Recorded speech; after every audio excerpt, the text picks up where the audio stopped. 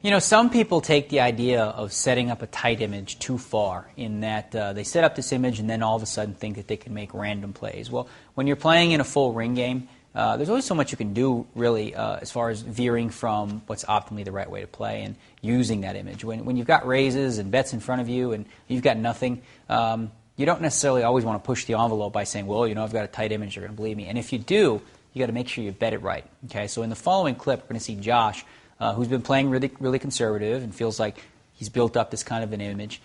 He's going to make a play that just, on a couple levels, just doesn't make a lot of sense. Let's go ahead and roll it. So we got two jacks limping in. Rodney's got a couple jacks. He just puts $2 in. And now Al's got king-jack offsuit, hand I like to call the rookie hand, not one of my favorites. He's going to make it 10. Pretty aggressive play here with a limper already. Okay, Paul's got queen-10 suited behind. I feel that I have a pretty tight image, so I might just raise on the button. So you heard Josh just exclaim that, you know, I think I've got a really tight image. I might just go ahead and raise here on the button. Well, you know, the problem is you're in the face of a raise and a call and a limp, and, you know, you don't just necessarily want to make plays hoping that everyone has nothing, especially in a cash game. You want to be a little bit more smart about your reasoning. And it's not to say that it's wrong to think that, but you kind of want to have something that's a decent hand, something that, you know, if they do call, you know, you can have a chance to win a big pot. Let's go ahead and roll it. So Josh now has the queen-5 of diamonds. It's $10 to him.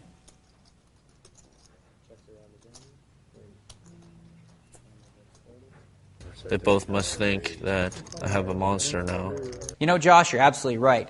Chances are they're going to definitely think you have a monster. The problem is by making it only 30, you've priced at least two guys into this pot. You've priced the initial raiser by only making him call $20 more, and then Paul, who's already put 10 in, is pretty much, you know, going to call you with any range of hands. So even though, you know, you're representing a monster, you're putting yourself in a situation where you're playing a much bigger pot with a really weak hand. If you really want to make this play and make it work well, you have to make a much bigger raise. So you need to call the 10 and maybe make it 65 to 70. Really putting some pressure on so you don't get the loose calls from the Jack-9 suiteds and the pocket 6s and pocket 4s. If you really just want to make a steal attempt to pick up the 10, 20, $25 that's already out there, you're going to have to risk about $70, I would say, to really give yourself a chance to get those guys off mediocre hands. They're not going to fold, you know, aces or kings, obviously, but they are going to fold those marginal hands.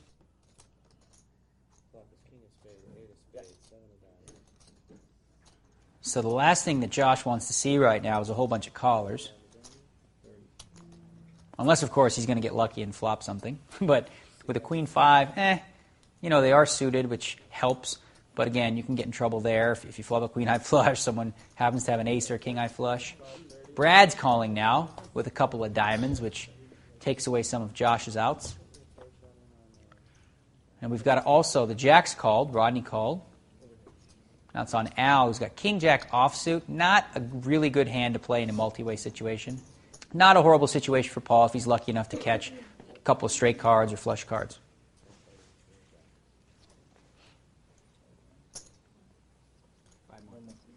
So amazingly, with this many players in the pot, nobody hit that ace. You got Paul with the royal flush draw there, or actually the straight and flush draw. Al's got middle pair with kings. Question is, what will Josh do when he gets back to him? Okay, there's a bet in front of him. Now it's on Paul, who's obviously got the flush and straight draw.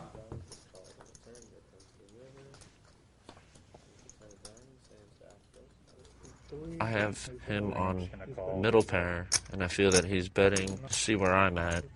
Now there's no way I can play the rest of this hand, but I can't just fold it to make it look like I wasn't making a move.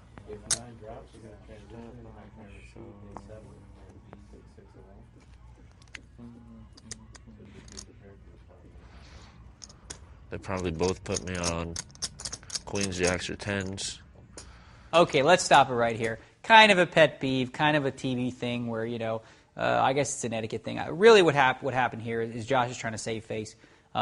He's got the bet and the raise in front of him, and he has queen five. He's got absolutely nothing, but he's just putting on a little show. And what the show is essentially there to do is to let people know that, like, oh man, I had queens, or I had a really big hand, but now I guess I have to throw it away. However, in this kind of situation, you really don't have to put on too much of a show, Josh, because if you had queens or jacks, you're really not going to think about it much, are you? So a lot of that Hollywooding stuff I find to be pretty much overrated. There are some situations where if you get caught bluffing, you might want to take a little bit extra time and kind of make it look like you had something, because you don't want the person to know, like, you bet and they raise and you go, oop, I'm out. You're like, oh, oops, you must have been stealing. So, in some situations that's true, but in this kind of a situation, again, if you have jacks or queens, you would have just folded on the flop anyway, right, Josh? Without, like, the hoo-hum.